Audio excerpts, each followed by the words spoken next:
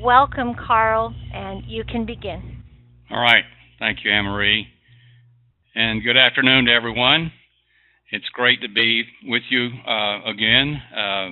This is as Anne-Marie said, the second in our series of webinars, but some of you may have been with us in our previous webinars back in June, and so welcome. And you may notice some material that we'll just present as background so that everyone has the same, we're on the same sheet of music, singing from the same sheet of music. So it's a great opportunity, I think, for us to have a chance to share with you ONET and what ONET has meant in the project itself that we've just in the process of completing as of August, but also want to highlight today how useful ONET can be for you in the field as you work with adult learners in developing instruction or in providing career navigation. So we will be giving you some background as to the ONET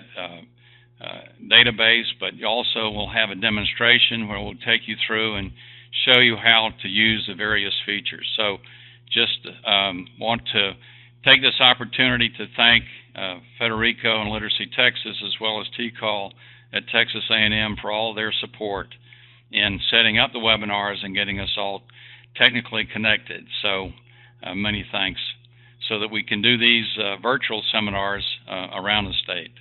Okay, so with that, I will move us along. So, as you can see, as Anne-Marie mentioned, I underscored, this is our second in a series of seminars, webinars. Today we're going to be focusing on ONET, as I said, contextualizing the Texas AEL content standards using ONET. And this turned out to be a great tool for us, but one of the things that we are very conscious of is that it should be also useful for you, useful for people in the field to take what we've done and see how it can be extended into the classroom and in helping adult learners. And at the end of the day, as they like to say, it's all about the adult learner. And so I've learned over my period of time since starting in 1985 that needs to be our focus. As we talk about the adult learner, we need to be focused on his or her goals in learning. We know that's motivating the adult learner is key to their being and staying engaged in everything that we do with them in the classroom or in counseling. So this is just the series. You'll see there's another schedule for this Thursday, the Texas Employer's Perspective, and here we'll have employers who were on the project with us from the very beginning, and so I think you should find that interesting, just to hear their viewpoints about the skill needs for entry-level and intermediate-level jobs in their specific industries. I think you'll find them, as we did, very informative and, if I don't miss my guess, entertaining. So if you have the opportunity to join us on the 19th, that'd be terrific. So just to highlight our objectives for today, and I think you have a participant handout as well that allows you to track as we go through and take notes, particularly when we get to the demo. You may want to take some notes there, but you'll see then what we're trying to accomplish. Typically, we want people to understand ONET is not just an acronym. It stands for the Occupational Information Network that developed by the U.S. Department of Labor back in the 90s to replace the Dictionary of Occupational Titles. So Ray and I had the good fortune of working with the Department of Labor in the 90s as they were beginning to develop this database. But we want it to be useful to you as not just something that has been part of the project, but also something that you can be use in connecting with employers and making the case for how skills are connected to work, the skills that you're teaching in the classroom. Yes, so the project was sponsored by the Texas Workforce Commission and very consistent with the mission, as you see stated here, to help develop that workforce that's going to then be able to move everyone forward, employers, individuals, and communities, to achieve and sustain economic prosperity, always a high priority for any workforce development system. And interestingly, also, the TWC sponsored a strategic plan, development of a strategic plan, and you'll see the highlights here, and begin to see then how the work that we did in the project over the last year really is very much focused on Tactic 3, as you see here. To align AE levels to occupationally specific skills and work readiness requirements, including work-recognized certifications. So again, as you see highlighted here, the project in Tactic 3 was very much around aligning the adult education literacy levels as found in the standards to the occupationally specific skills and work readiness requirements of the employers. So that was the vision, and I think you'll see then how the project fulfilled that. Just to highlight, just to give you a sense of how the project went about doing its business, we'll give you some background so everybody is familiar. If we've gone over this with you before, just hang with us, and we'll see how it helps everybody else put in perspective the use of ONET in particular. So you see what we were trying to do here in terms of helping adult learners be prepared for jobs and careers, to help instructors and career developers, career navigators, to focus on what is going to pay off in terms of developing skills and knowledge in these 4 industry sectors in particular: advanced manufacturing, construction and extraction, healthcare sciences, transportation, distribution, and logistics.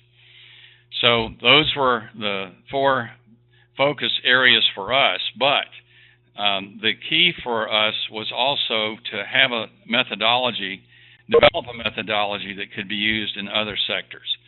So that was very important for the Texas Workforce Commission, and you'll see then how ONET played a role in that regard. And here were our partners in the project. I say were our partners, they still are our partners: Literacy Texas, the Educational Testing Service that did a lot of the ONET analysis that we'll go through here in a minute, the National Center for Construction Education Research, or NCCER, was our industry anchor, if you will, in helping us make sure that what we were producing was going to be useful not only in the short term, but also as people progress in their careers. So, we were looking at how do we help people access jobs, but also jobs that have career potential. And then Ray and I Hagler Enterprises served as the project manager over the past year, and working with our partners and with the folks in the field, our different focus groups in manufacturing, for instance, in construction, healthcare, distribution, logistics, as well as subject matter experts from the adult education literacy community. You get a sense then of what our timeline has been starting back in June of last year, and you'll see where we are now, actually into July. You can see how we started with the employers in the fall of last year into early this year, and then worked on building a bridge for the adult educators and literacy providers to begin to see how the standards would play out in different occupations. And that's a lot of what we started doing with them in more detail in March and April of this year. And then we brought the adult educators and the representatives from the business community together, and for some very interesting discussions about coming to terms with what's being taught, with what's being needed in the workplace. And that has all then resulted in a series of reports that we've developed and are developing for the Workforce Commission. To give you a sense that we're talking about real people here, we have some pictures of meetings that we held in San Antonio, Austin, Dallas, and Pearland. We did virtual meetings as well, so for a series of probably 8 to 10 meetings, either virtual or face-to-face, over a period of a year, and a lot of individual interviews back and forth as we moved forward with our different drafts of our final deliverables. So here were the project objectives. Again, around alignment, not surprisingly. The question is, what do you get once you have things aligned? The question is, how do we make them user-friendly? And that was really a constant theme of ours, is whatever we're going to develop, how do we make sure that is going to be useful to people in the field and ultimately help adult learners develop those skills and knowledge that are required for success on the job, and also in developing career potential to move forward in whatever particular field they want to advance in. So the idea is guide the development of skills, define those skills and tasks. Sometimes they're not easily identified in the academic standards. For instance, in the academic standards, AEL content standards, the employers thought there wasn't enough for technology as it was represented in the standards compared to how technology is used in the workplace. So that's something we spent some time on with our AEL SMEs as well as with the industry folks. But ultimately, we want to be able to focus instruction, sometimes we say contextualize instruction, around those kinds of tasks and skills that are performed on the job and needed on the job. And sort of the strategic goal would be for the adult education literacy providers and adult learners to be seen as an additional employer resource, particularly in a time of low unemployment. And that would also enable, we hope that this project will help AEL providers engage employers and workforce professionals more actively in seeing adult learners and the adult education literacy system as a resource. And as I mentioned, we also wanted to develop a methodology to review skills in other sectors, and that's where ONET comes in. So just in terms of the development process, you'll see ONET is alluded to here. Just in terms of identifying those in-demand, entry-level, and intermediate-level jobs, this is really where in this first box is where the Educational Testing Service played a significant role in helping us based on their expertise in using ONET with employers. And then also we got labor market information from TWC. We got from the employers themselves, we got job descriptions, and through a lot of discussion in our meetings, we came up in more detail about what people actually do on the job. And then the idea was to present the data on the ONET data ETS had analyzed to the different groups, to the employer groups, and make sure that it was consistent with their experience. And that was then what we resulted in the series of overlays that were developed that we shared with the AEL SMEs, and we got a lot of help in refining those, and they're in their final stages right now. And you'll see some of that work as we go through near the end of the session today. One of the things that we heard from employers was that with the standards and with their observations about the academic world, there was a lot of emphasis on learning to learn.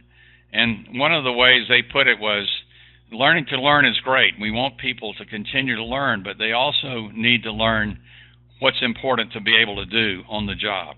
And that's where you see some of these things such as critical thinking, knowing what the proper behavior is on the job to be drug-free, the importance of productivity and safety, and then how wage lift and promotion is an integral part of continuing to learn on the job.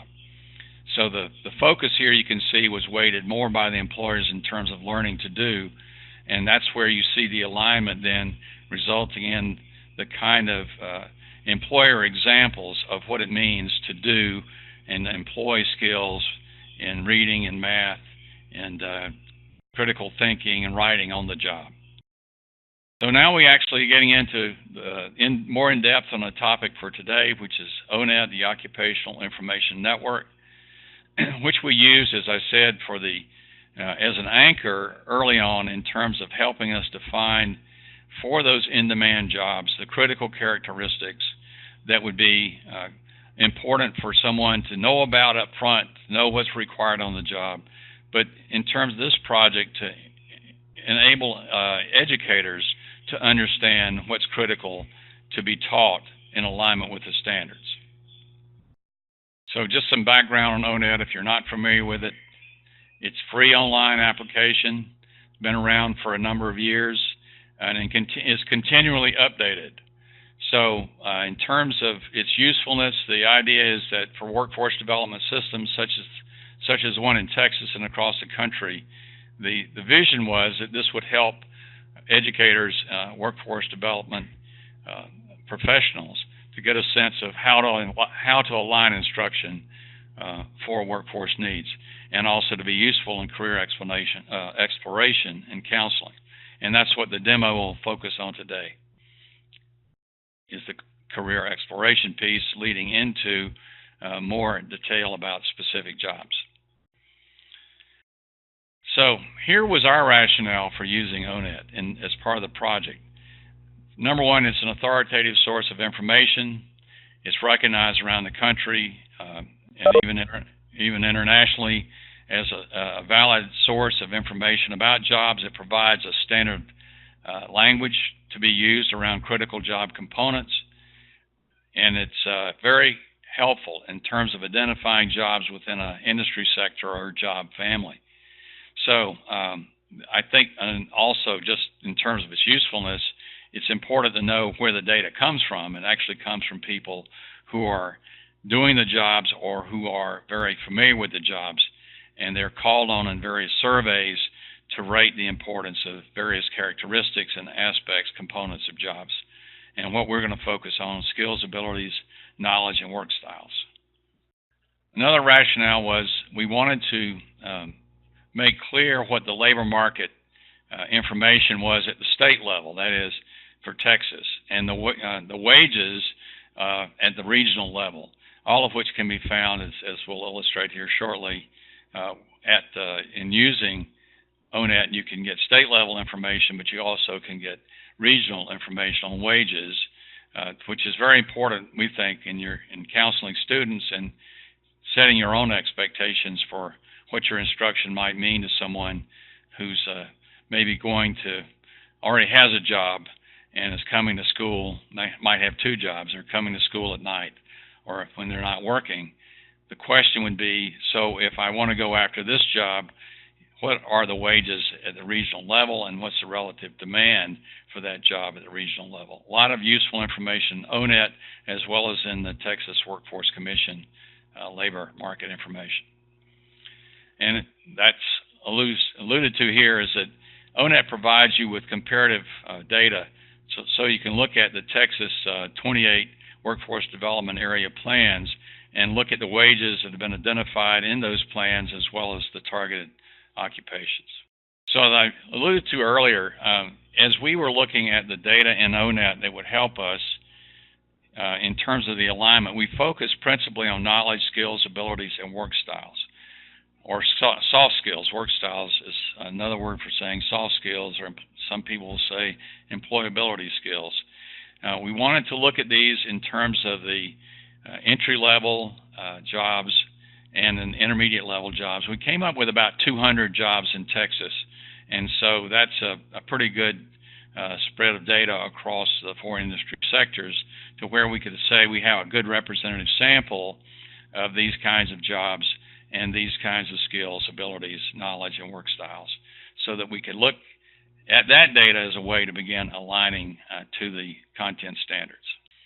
So just background information: how useful ONET is, can be used by employers, is used by employers to develop effective job descriptions. It can help expand the pool of quality candidates for open positions, including people who already may be working in a company. Incumbents may be seen as more eligible for higher level positions once employers know what the skills, knowledge, abilities, and work styles are. And it helps then employees and employers work together in defining what job success looks like. And then finally, can help employers refine recruitment and training goals. And Ray and I, over our 30 years of work in the field, have used job analysis quite extensively to help employers do all of these things. And ONET has been a great resource, particularly for us over the past 10 years working in manufacturing. Also can be useful for educators, career navigators, and job seekers. If you're one of those, raise your hand. In terms of ONET, it can help people find out what jobs fit their interest, skills, and experience. And Ray's going to be doing a demo here shortly in terms of career exploration. And then once you have your sense of, well, this is something I might want to explore in terms of a career field, it can help you then delve into a particular occupation and see what the local data is, wage data, demand data is in a specific region in your state. And then it can also give you some sense of what it takes to get that job in terms of experience, education, credentials, etc.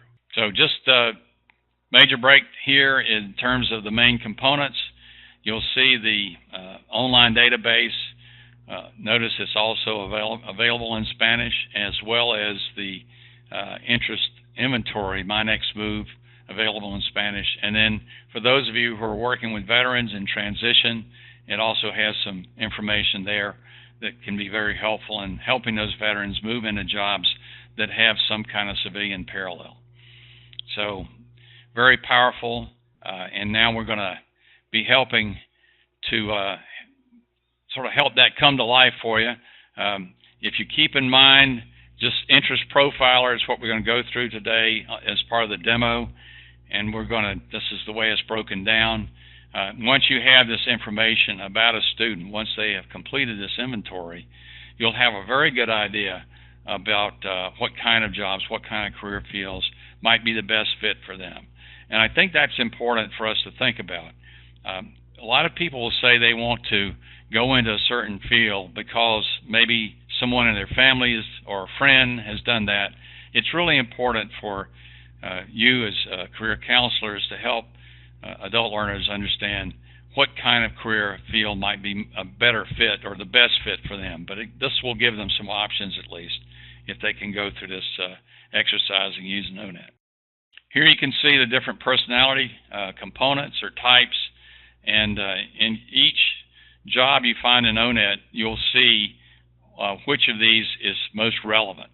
And so that's an important thing to keep in mind, and you'll see after Ray does a demo how we can then delve into these personality types in a particular area of interest or career field of interest. So we're going to stop there and take your questions. And I know there have been some questions arising in your mind about the use of ONET or the project as a whole, but be glad to stop right now and just give you an opportunity to pose your questions, and we'll see what we can do to make sure that we can answer them. Carl, there are no questions in the chat pod at this time, but it does take a few minutes for people to type, so we will let you know if there's questions, and then we can answer them. Okay, so on cue, here comes a question from Tanya Garcia Arnold. She asks, how can I relay info about my methodology? So Tanya, as I recall, you've been on with us before and you've used ONET, is that correct? I'm just assuming we had a question very similar to this. Yes, she's the one that was on with us, so that's great. We'd like to know how you've used ONET. So I would say if you would send it to Train PD at Anne Marie TCall, that would be a great way for us to make that available, because we do have folders on the website there that you can use, and I think that would be that'd be a tremendous follow-up to today's session.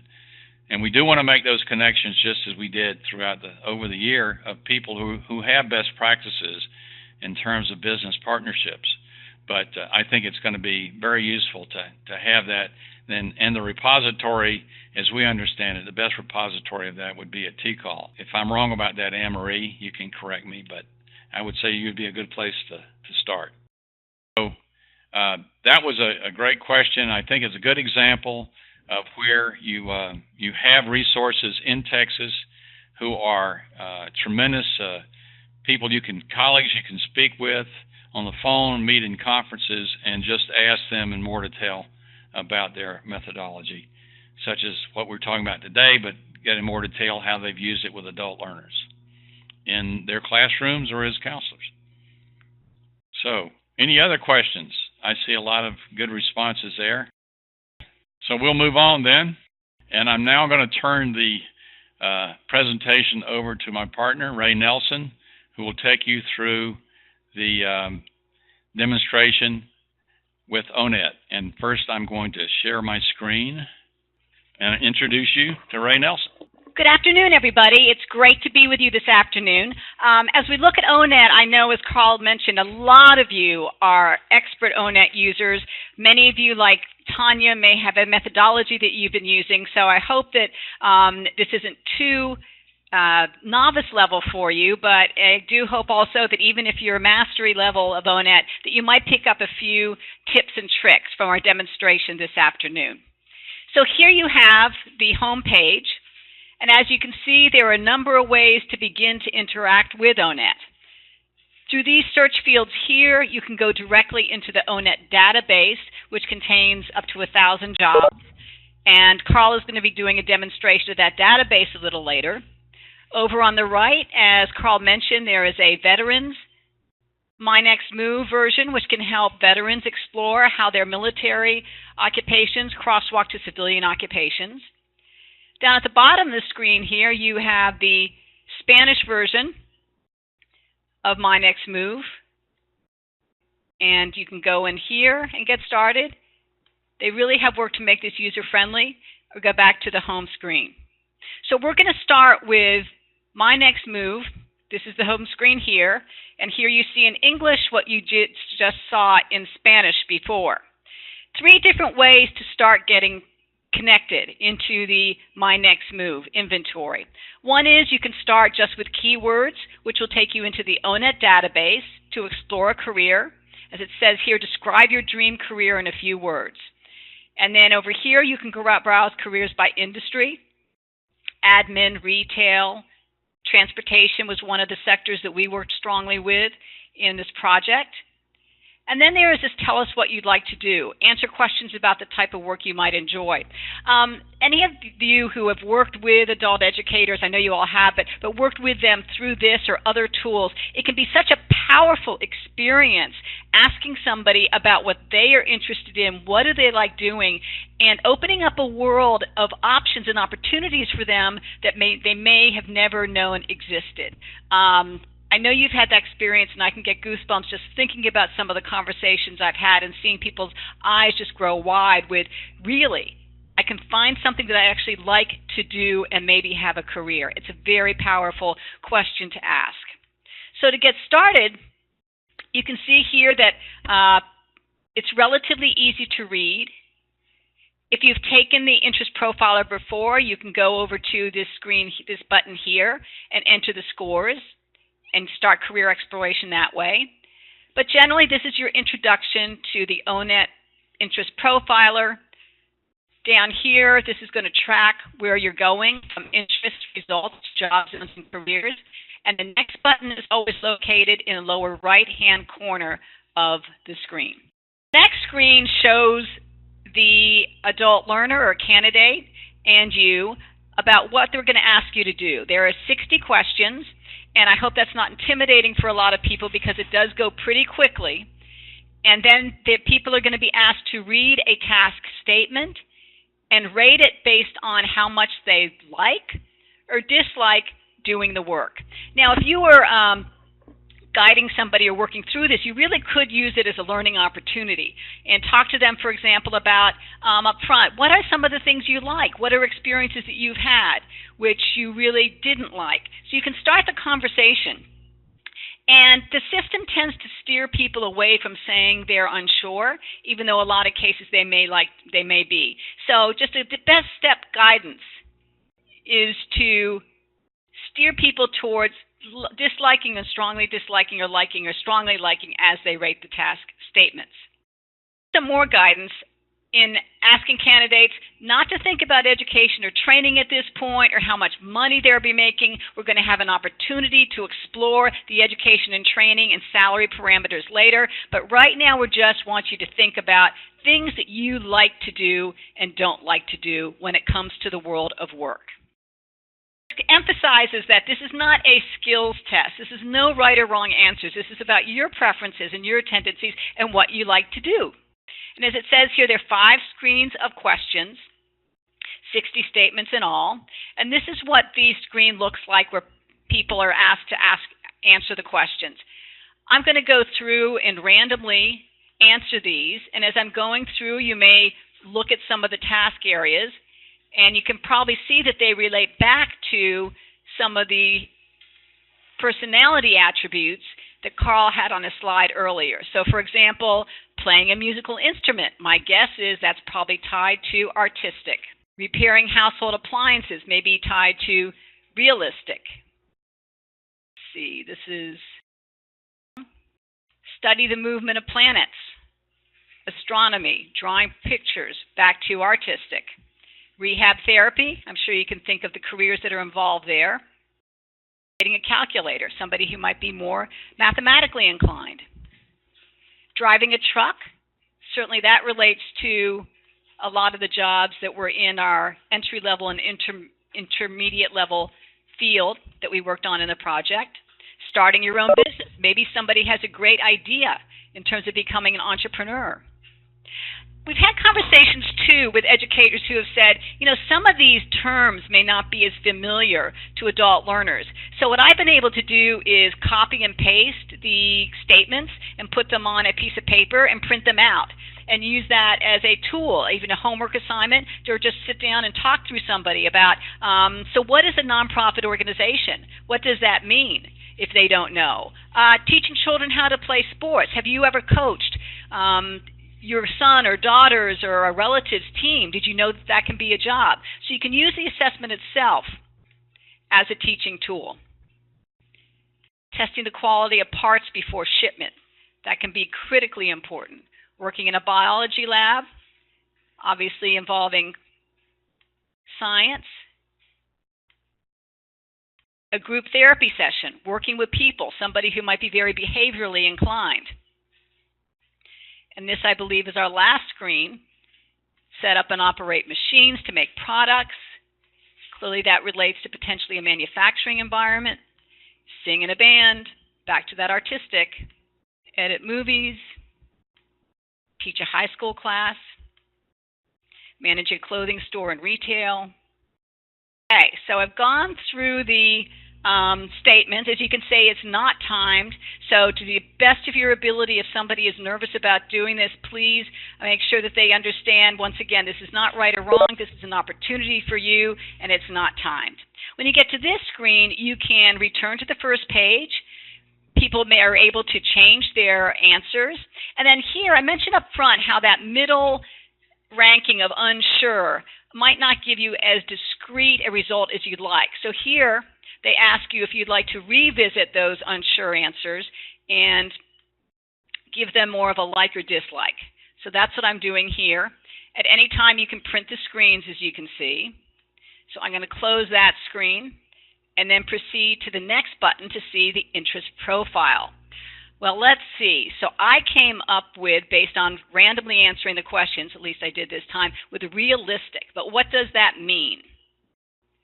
So over here, you can go to click on each of the personality types, and here you find that realistic has to do with practical. Sometimes we talk about people liking to work with their hands.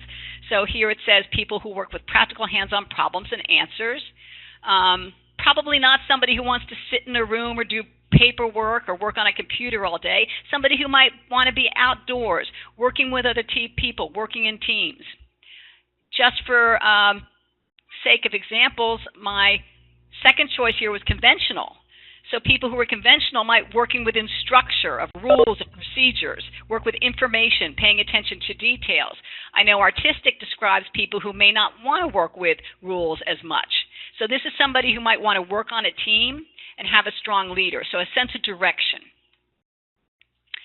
So once we have those established, now we're going to get to that education and training aspect. Remember way up front it said the interest inventory itself was not about education and training and money at this point, but now we are going to get into that education and training aspect, focusing on job zones.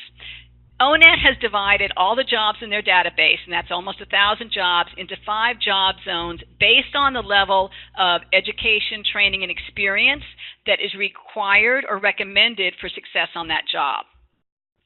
And here it indicates that you can focus on the current job as a candidate, or you can start looking at the future. What do I want to be doing 2 or 3 years down the road as they start planning a career, not just a job. So it tries to get the candidate into the mindset of either looking currently, what they're doing right now, or in terms of the future. And as it says here, in both cases, your job zone will include careers that you might like to do based on that interest inventory. At this screen, you can get descriptions of what each of the job zone levels contain. In our work for the Standards Alignment to Industry Clusters project, we focused on little or no job preparation or some job preparation, zones 1 and 2, recognizing that those probably map to those entry-level and intermediate-level jobs. And we also looked at zone 3 for some of the jobs as well, particularly when we were looking at career paths and career progression. So just to give you an idea, here it talks about job zone 1, little or no preparation. So this may be somebody who doesn't have much work experience. They may need a little bit of training in order to get a job in this area. It may require a high school diploma or GED certificate, but it might not. And again, you have some samples here of the types of jobs that might be included in zone 1. And you can print the screen for the information. I can imagine building a mini portfolio for a candidate where they have their interest inventory and then they have information on job zones, so they're feeling like they really are taking control and charge. So some job preparation, some previous work experience, some training, a few months to a year of working. That could be an internship, it could be an apprenticeship, it could be other types of on-the-job training. And usually these careers need a high school diploma. And again, it provides some samples. So I'm going to go ahead for this particular job, and I'm going to choose job zone 2. Job zone 2, as we said, next some preparation needed. And you can see down here as this is tracking as we go along, showing that next we're going to be coming to the career area. So here are some careers which tie to my interests based on that realistic profile. And you can see here it's organized into bright outlook, meaning, as it says here, that there are job opportunities in the future. Green are careers that are part of the environmental economy. And then these are jobs over here on the right. It indicates that they are registered apprenticeships. And as we get to the next screens, you'll be able to find out more about each of those. And again, you can print these screens. So I'm going to scroll down and look at some of the ones that are here. And I'm going to choose construction laborers. That was one of the jobs that we looked at quite closely when we were in the project. So here we have an overview of the constructive laborer position in terms of knowledge, skills, and abilities that are needed. You notice up here that you can print this screen. Up here you have a really, I think, well done video. So I'm going to mute that. But just to show you the quality of video that has been developed here, there's a transcript that can be provided if somebody would like to look at a transcript as opposed to just the video. Down here, it gives you some examples of what somebody, a construction laborer, like to do. Performing tasks at a physical labor or construction site. And again, I could see using this as kind of a mini just interview, brainstorming session. So have you ever been at a construction site? Have you ever worked outdoors? What does that mean? Do you know what an air hammer is? Do you ever seen a cement mixer? And this is the task that you would do over on the right. So control traffic, cleaning or preparing construction sites, and you can emphasize potentially how important, for example, that is to safety. So this job is recognized, has to be really attentive to safety and working with others. And down here you get to some of the knowledge, skills, and abilities. The basic knowledge, so you might need to know a little bit of engineering, business, public safety. I cannot tell you how often the employers we work with emphasize safety. And a little bit of math. And when you see the standards breakdown, we give specific examples of how math is used in construction jobs. Just to give you one example, I don't know if you've ever had a student say, why do I need to learn this? Well, the Pythagorean theorem, a squared plus b squared equals c squared, is called 3, 4, 5 in construction because it deals with angles. So that's an example of how math is used in construction jobs. Now these skills here, we heard loudly and strongly and clearly from all the employers across the sectors how important these basic sales skills, sometimes called soft skills or employability skills, are to jobs.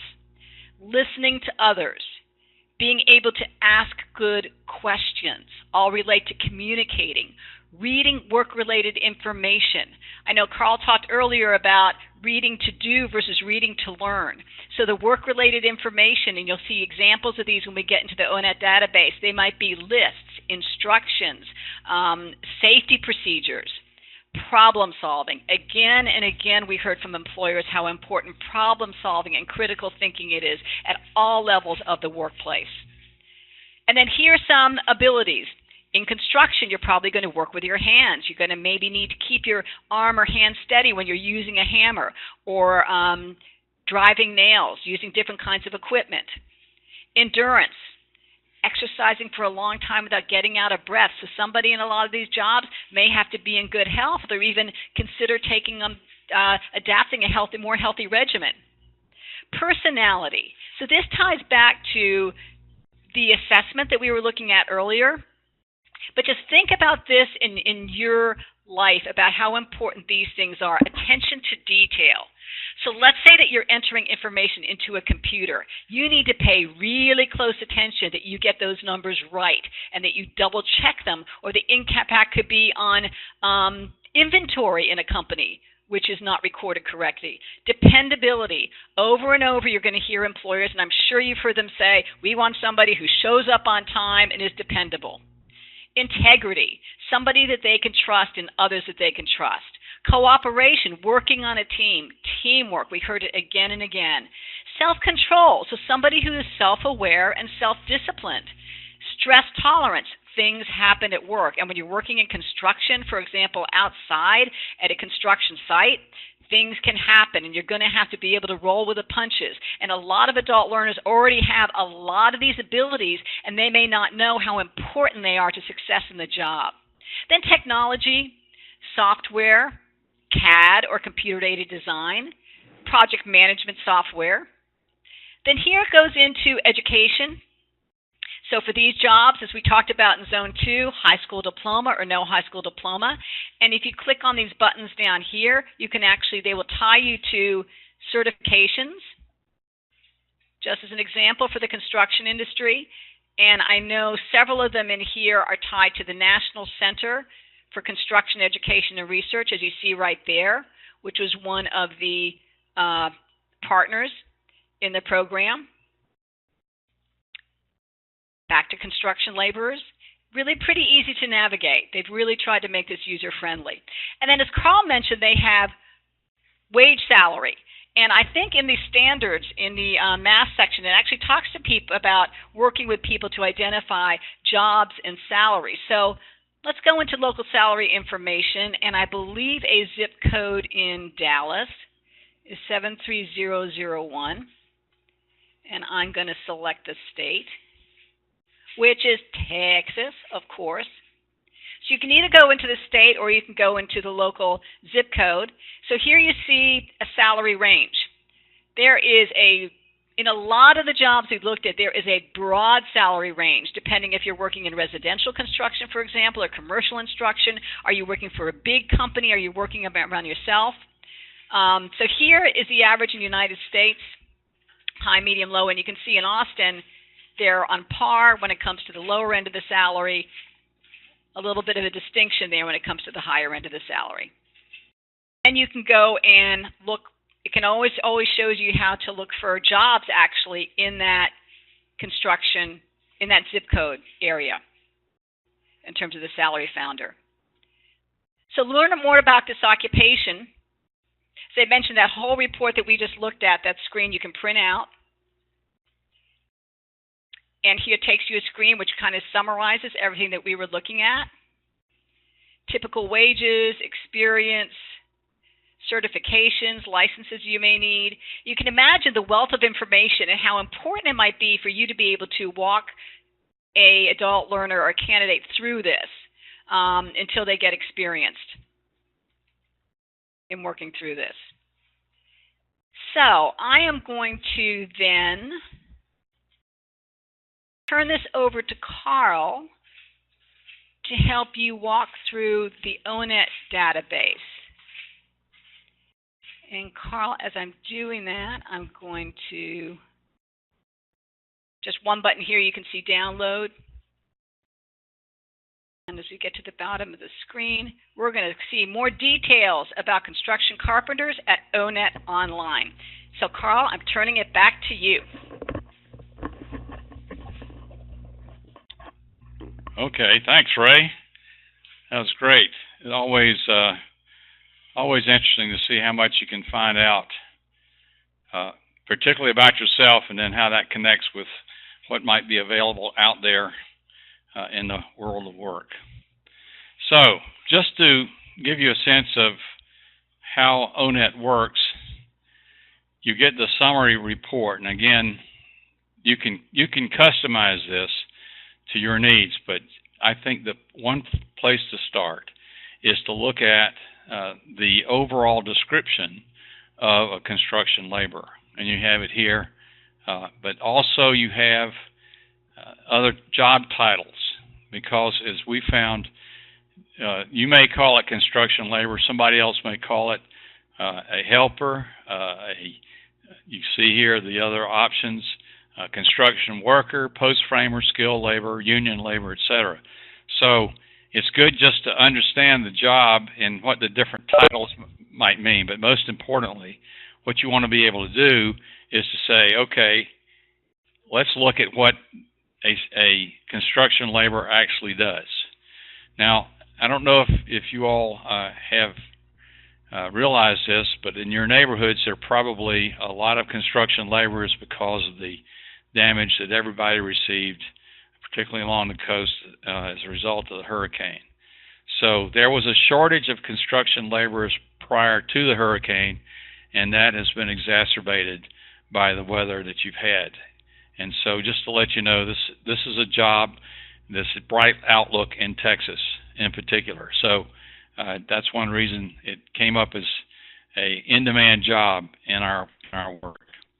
Okay, just for the breakdown here, you'll see then you have task activities identified as to what different construction laborers might do. And I can expand that from 5 tasks that are shown here to all 26 tasks. Now, these tasks have been ranked in order of importance or by the people who've done the survey, completed the survey. These are people, subject matter experts, who've actually performed this job.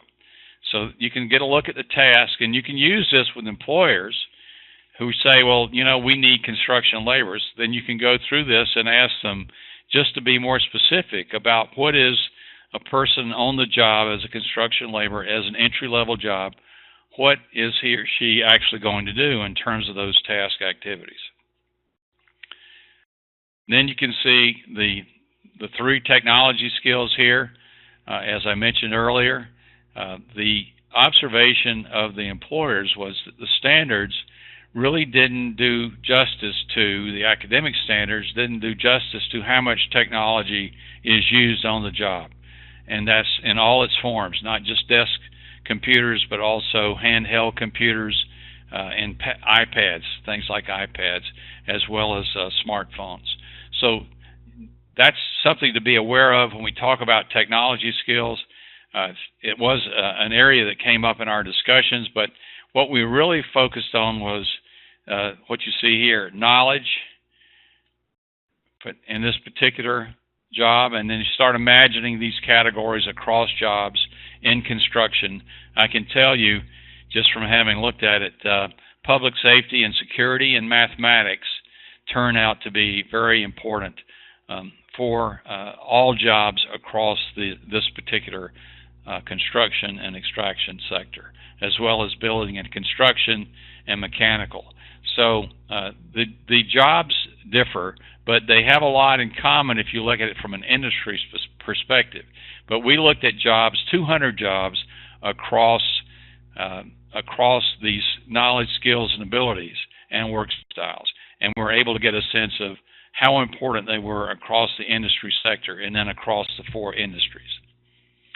You see skills here. Now start imagining now in your classroom and consistent with what the standards are looking for in terms of the academic standards. You'll see reading comprehension is obviously one of those things that adult educators, literacy providers have always been concerned with. But notice also active listening, and Ray mentioned this in terms of communication skills. Active listening and speaking turn out to be, across the 4 industry sectors, critical skills.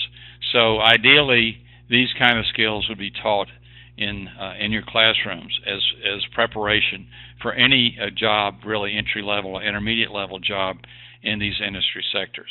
That's the benefit of the analysis that the Educational Testing Service did for us, which we then corroborated with the employers.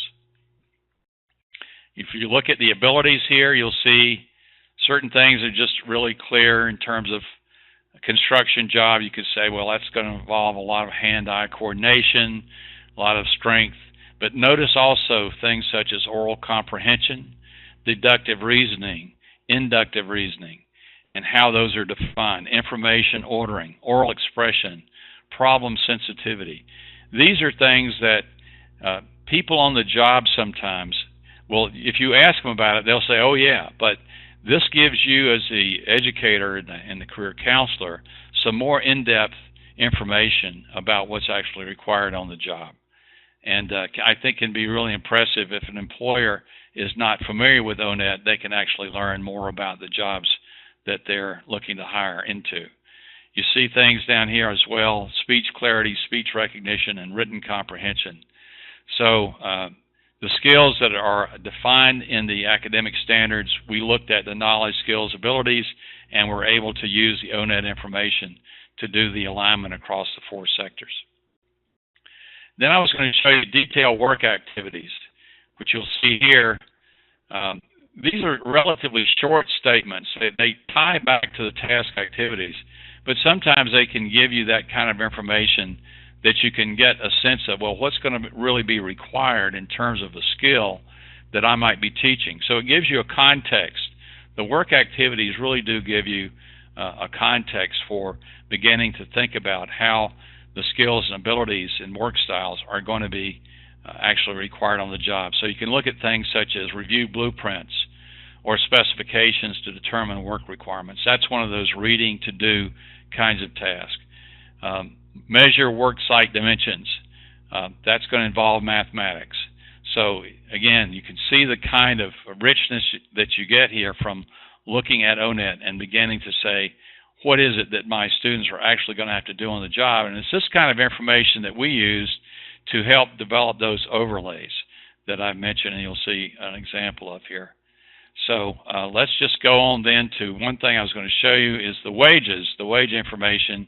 You see some of the education and job training requirements here. But I would say that you get a sense of just a job zone 2 job, and that gives you a sense of what the requirements are in terms of job training, experience, etc.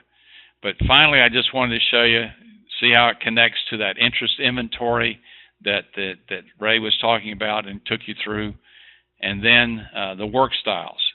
And I'll stop here and just ask for any questions before we go any further, but I wanted to show you the work styles because this was another area of focus for us in terms of what's required on the job: attention to detail, dependability, integrity, cooperation, self-control, stress tolerance, persistence, etc.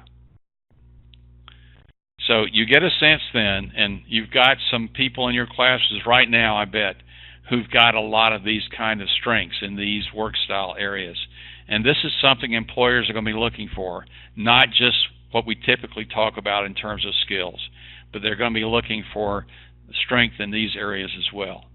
So I wanted to stop there and see if there were questions. I wanted to be able to respond to those. I've got some more information just to talk about wages, but if you just let me stop there and then I'll come back if we need to. Questions on ONET as we've done it so far. How do you incorporate importance ratings?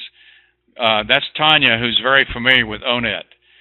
Tanya, in terms of our project, we incorporated importance ratings on a scale of 1 to 5, anything that was rated by the subject matter experts as important to very important. On a scale of 1 to 5, that would be a 3, 4, or 5. So that's how we looked at it across these 200 jobs and looked at the skills, abilities, work styles, and knowledge. And that's how we came up with our critical characteristics. We also looked at level of ability needed. I don't know if you're familiar with that. That would be another thing to look at, particularly if you're looking at aggregated data. I think for what you're talking about, I would use the ONET data as it is, because generally the top 5 or so skills you see are the highest rated in terms of importance. But that's a very good question. Thank you. Other questions? So I just wanted to quickly go back to look at the wage information that Ray alluded to. You can look at state wages here. This again for construction labor, and we can go to Texas.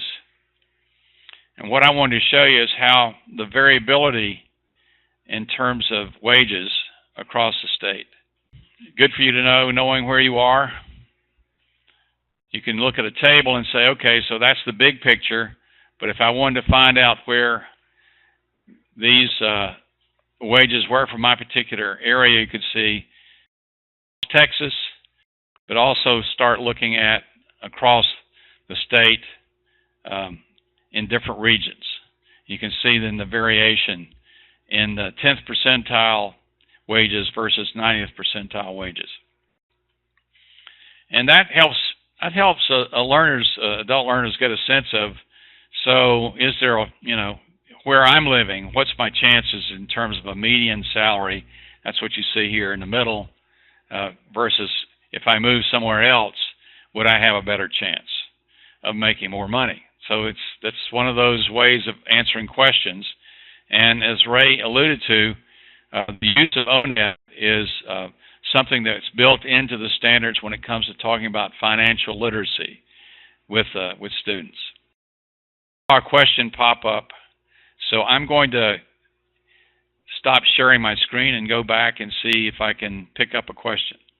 Good question. The current wages in ONET are a date from 2016. There might be more updated wage data from TWC. I've seen some tables along those lines, but that would be something to think about and look into. But generally speaking, I think it should be in the ballpark. Given the high demand, but I think your question is a good one, it actually could be one of those things to look at the most recent data, and particularly workforce development area data. Of the 24 workforce development boards, they would have the latest from TWC, would be my guess. I see another question. Is there a PDF guide for instructors to use in a classroom setting? I'm not aware of one, and I would, that's something that we could think about, and maybe Tanya has got some ideas on that score, because I know she's done some work there. I'm getting a little background noise here. Okay, Tanya says yes, she does. So that's good news. That's good news. Just pointing out, too, that there's such a thing as the ONET Academy that you might want to look into. Just Google ONET Academy and see. But Tanya, I think, has made us aware that she has a PDF form that I think PDF version of how to use ONET in the classroom. So I think, Tanya, again, if you could share that with Train PD and Anne-Marie, that could be a great resource as a follow-up to our call today. So for the sake of time, I'm going to move on. It looks like Tanya could be a great state resource. So Tanya, if we haven't, if you're not going to the Literacy Texas conference, I'd like to have a chat with you in some point just to learn more about what you're doing as well. Carl, I'm going to interrupt. Excuse me, before we move on, you have several more questions that have come in. Do we have a few minutes to just grab these real quick? Okay. A couple more? They're appearing in the chat box, right? Mm-hmm. Okay, so the next question is this one right here. Is there any guidance for differentiating between similar job titles? And then there's another one after that. Yeah, I think that the way to look at job titles is a very good question, because some employers will call the same job, will call a job by the same title, and they're very different jobs. So I think what you want to do is really start out by saying, let's say with construction labor, get a task list, and then go down through and find out what the really relevant tasks are. And that'll probably give you an idea, once you've worked with it for a while, of what the database supplies by way of saying, okay, so is this job more manual, or is this really going to involve more cognitive demands as far as literacy and mathematics, for instance? So I think by getting the task list, that's the way to differentiate, rather than just relying on what the job is called. Does that help? I hope. Another question is, how can I guide students if they want to study an expensive career? Well, one way to look at that, and this typically would be careers that would be require post-secondary certification, although there's some exceptions to that.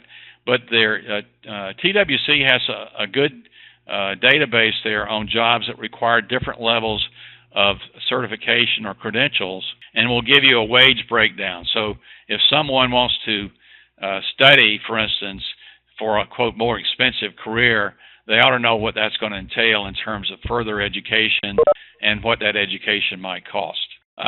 Other vendors, I've got a comment here about wage data. It's always an interesting one to get into. Other vendors for labor market analytics provide wages sooner. Our WDA looks at information along with the TWC wage data.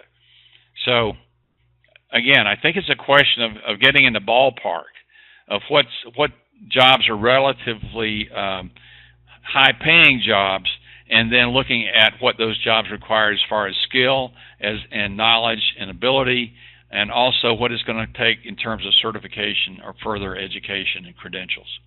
Okay, so I think that's pretty much it so far as I see it, Anne-Marie, but I'm willing to, if you see something I missed, and please I'd let be me happy know. to share it as well, Carl. Say again? This is Deborah. I said I'd be happy to share it with you as well. Okay. We're both following it. Okay, great. I think I've answered the questions. I think there's a lot of interest in learning about the PDF for use of ONET in the classroom. So thanks, Tanya, for being on and reminding us of that and being a resource. We just want to let you know then about the work that we've done is providing overlays in terms of the content areas of English language, arts and literacy, mathematics, and English as a second language. So you'll see that when you see the results of our project, you'll see how then we use ONET, and just here's an example from reading English language, arts, and literacy. If you know the Green Book and you know the standards, you get an idea now of what we're talking about when we say reading to do. And you'll see the ONET element identified in a column where you see knowledge of English, reading comprehension, and attention to detail as a work style. And that's then tied to these kind of work activities that you find in ONET, the detailed work activities for a painter in construction and extraction, being able to read work orders from supervisors or homeowners to determine work requirements. That's a reading to do kind of task. And then you see the example that we either drew from ONET or got directly from an industry cluster representative in one of our 4 industry sectors. You see in healthcare, for instance, how a home health aide has to follow protocols or regulations for healthcare activities, such as administering prescribed oral medications. So that's, in a nutshell, what you see here. It represents how we've used ONET in the project, and giving you an idea then how it can be a resource for you in the classroom as well. In this case, listening and speaking, an area that we got an awful lot of information from ONET and shared with our focus groups and with the subject matter experts in adult education literacy. And we know this is key. This is key. You've got to be able to communicate, and that means active listening. Active listening is not just sitting there hearing. It's also being involved in asking questions. And you can see then listening to a customer for an HVAC installer, and then as a machine operator, understanding what's going to be happening on a particular production shift, and being able to ask questions to make sure that you have your responsibilities squared away, as they say. So again, how we integrated the ONET data, you can see the ONET element as well as the detailed work activities helped us then to do the alignment between the examples we got from employers and the content standards.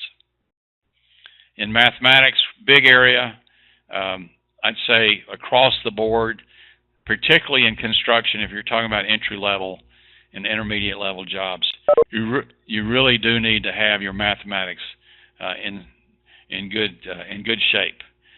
So that's something we learned by our analysis, but that was also confirmed by our employer focus group in construction extraction. Just giving you an idea then of the knowledge element of mathematics, how we use the detailed work activity to help us make that linkage between the examples we got from our employers back to the content standards themselves. Financial literacy, we've alluded to this before. This is one area we think is absolutely critical, particularly in helping adult learners with critical thinking skills. Someone asked a question about expensive occupations, or expensive, very rewarding, financially rewarding occupations. You really do have to have a sense of what the return on investment is going to be. So if you're going to go after that high-wage job, you really need to understand what it's going to take in terms of experience, education, not just to mention the skills and abilities, but the experience, education, credentials, and certifications in some cases.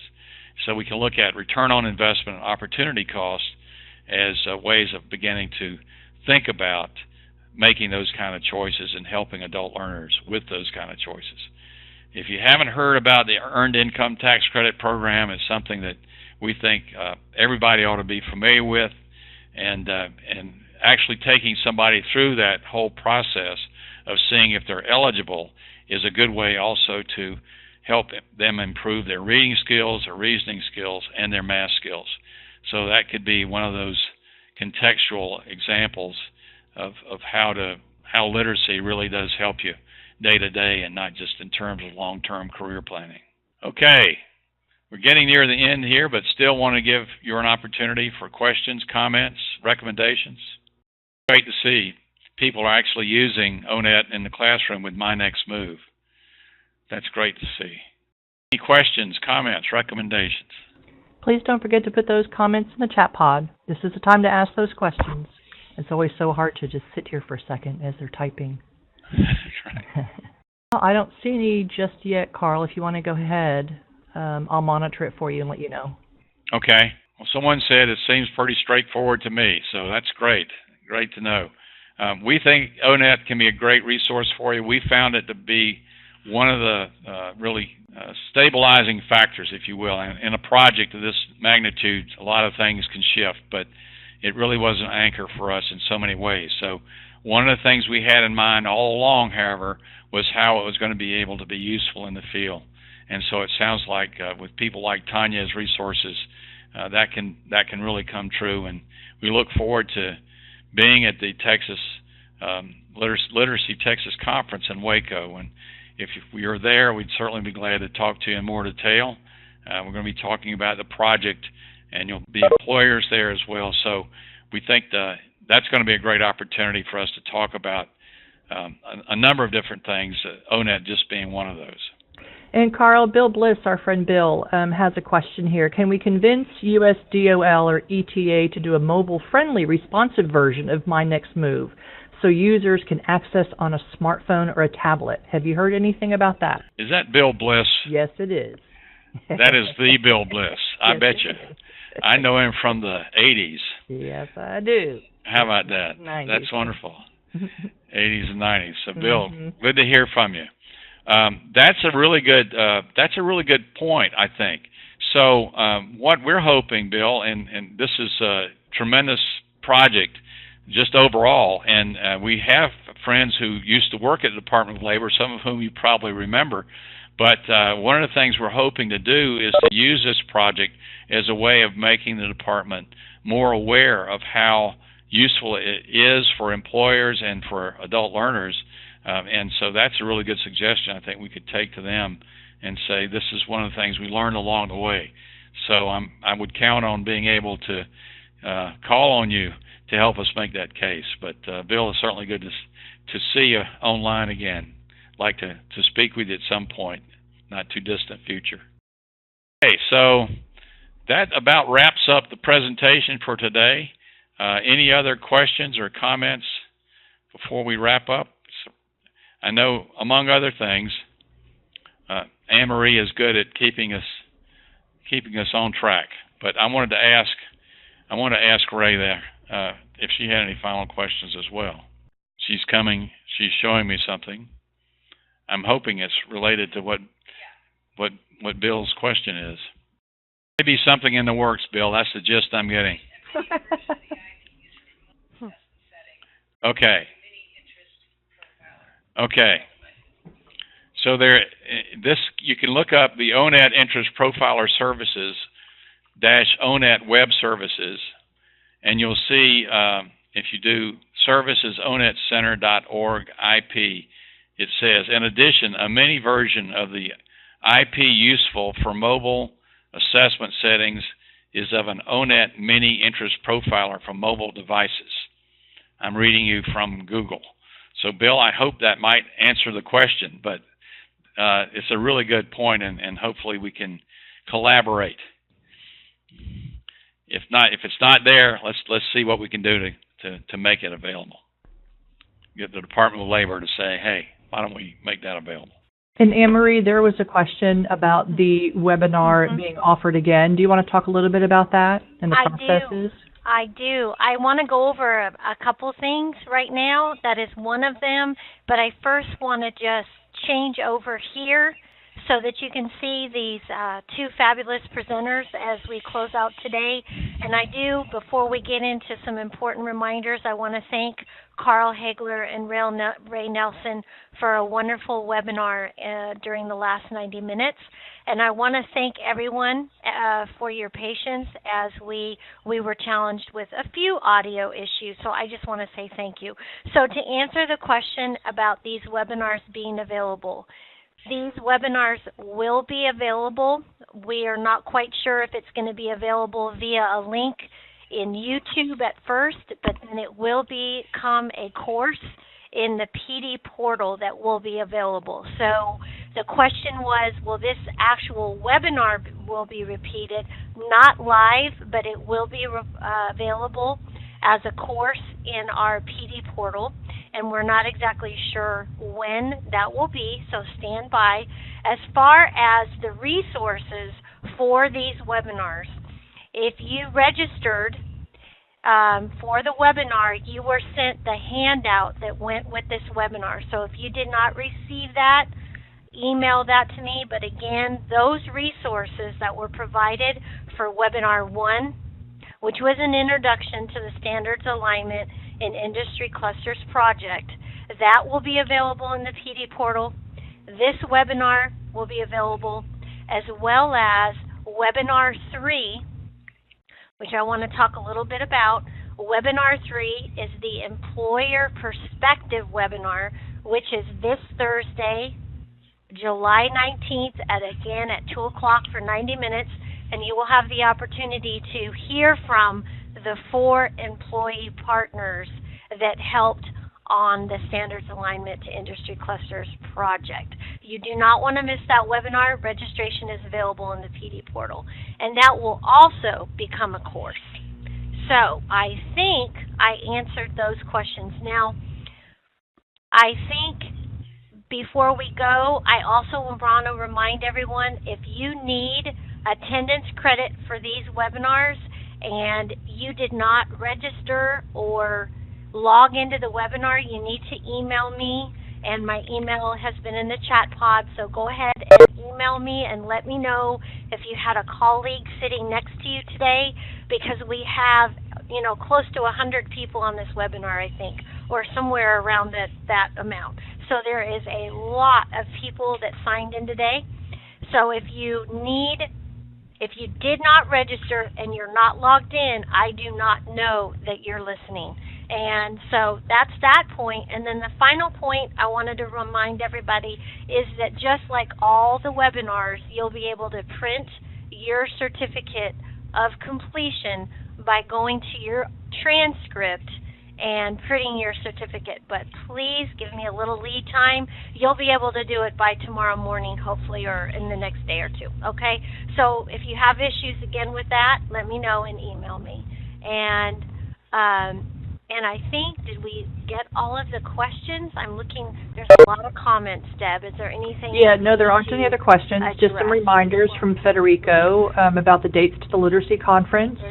Aurorian had... scanning the chat pod. Yeah, she needed to... okay, so are there any other questions about how to access?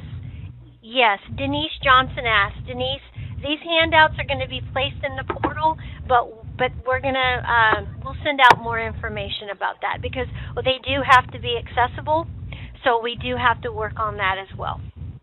As well as Tanya's resources, we will also make those available as well because I know there was a lot of excitement around her resources. So thank you once again. I do want to allow Carl and Ray to say a final thank you, and then we will stay on for just a few more minutes to see if there's any questions. So Carl and Ray, I'm going to hand it over to you for final comments. All right. Well, thanks again, Anne-Marie, and for all your support. You and Deborah have been terrific throughout the development and delivery. So we're looking forward to Thursday's webinar. Okay, so Carl and Ray, I want to give you the last an opportunity to send us out, and thank you again. Right. Well, thanks again, and for everybody joining today. I always like to end by remembering my work with Barbara Bush for 3 years when she was the vice president's wife, and for the inspiration she was to us all over all the years, but particularly in terms of helping us remember the goals of adult learners ought to be our focal point. And the last time I saw her, she remembered the work we did, but she looked at me and she said, and there's a lot more work to do. So that has spurred me on, and just so glad we could be working with you all in Texas, her home, at this important time in our country's development. So thanks again to everyone. And this is Federico on behalf of Literacy Texas. Once again, thank you very much. Thank you, Carl and Ray. Your presentations, as always, are superb.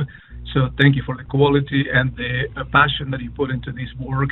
Everyone, thank you for joining us. And please do not forget to look into registering for the Literacy Texas Conference. There are many scholarships for free registrations still available. Go to our website, and if you're interested, apply for a scholarship. There are quite a few available. Thank you. All right, thank you again, everyone. And I see again there have been several questions about the resources and the handouts, and they will be available in the PD portal at a later date, and we will keep you posted. So once again, thank you, and Carl and Ray, thank you so much. And we'll be looking forward to seeing everyone online on Thursday at 2 p.m.